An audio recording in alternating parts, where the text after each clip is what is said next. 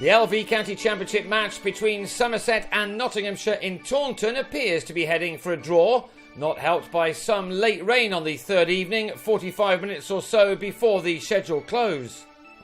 Somerset open up on the penultimate morning on 237 for 4 in their first innings, trailing their opponents by 203 runs. Nottinghamshire needed early wickets, but Stephen Mullaney put down Craig Keyswetter at slip in the morning's second over.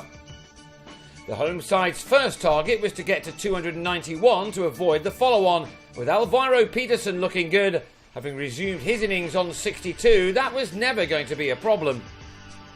Nottinghamshire did have the second new ball available soon, and before they could take it, Keyswetter sent a low full toss from Samit Patel back to the bowler to depart for 39 at 264 for 5.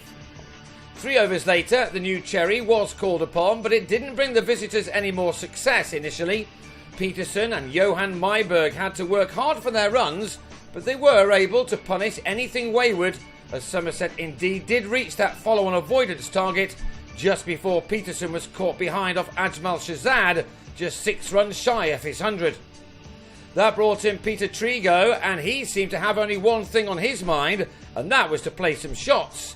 Perhaps he felt that this game was drifting a little, with neither side able to grab the initiative.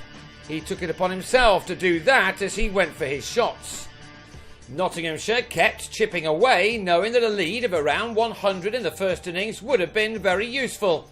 Andy Carter trapped Myberg in front for 12, with Somerset 128 runs adrift. Lunch was taken with Somerset on 336 for 8, 104 runs behind after Lewis Gregory belted Patel to Mullaney, who held on this time in front of the Syrian Botham stand. Notts would have been hopeful of adding maximum bowling points to the 5 they got while batting, but Trigo came out after the break with all guns blazing to deny them. He raced to a 50 off 49 balls, that being his 9th 4.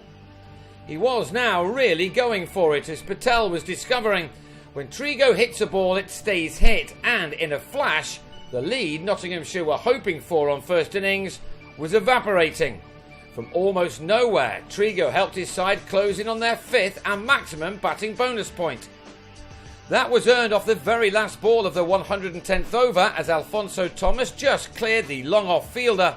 Trigo was then caught on the same boundary next ball for a 71 ball 86, before Marcus Trescothick declared, with his side 38 runs behind on 402 for 9.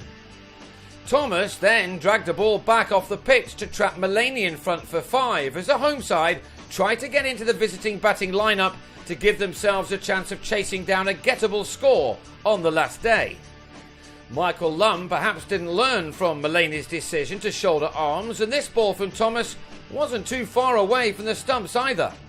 Somerset were certainly going for it, and for the second time in the match, Phil Jakes took a nasty blow on the head. He will remember his time in the West Country, that's for sure. Not just for a headache either. He worked very hard for his 65 runs in the first innings, an important knock for his team, and he was to score more runs in the second too. He's certainly not let his county down after signing for them for the first month of the season.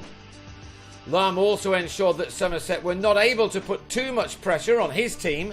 Whenever Gregory, who was not at his very best here, strayed onto his pads, Lumb was able to work the ball away for easy runs, as he and Jakes added 79 for the second wicket in 31 overs together. Within that, Jakes recorded his 3rd successive half-century for his team. He went aerial off Myberg to complete this one which had occupied 101 deliveries, from which he'd struck 6 fours. When Alex Hale soon returns to the fold, he'll have to play well to match Jakes' achievements. Lumb has made many a steady start to an innings this season without making the most of it, and the same happened here as he edged Myberg behind after making 28 of the score of 96 for 2. What would have annoyed him more than that was that 2 balls later the rain began to fall, and that was that for the day. Nottinghamshire then go into the last day with a lead of 135, which is probably not enough to dangle a carrot in front of Somerset at some point. Jakes at least has a chance of making it to 100 for Notts. He'll resume on 55.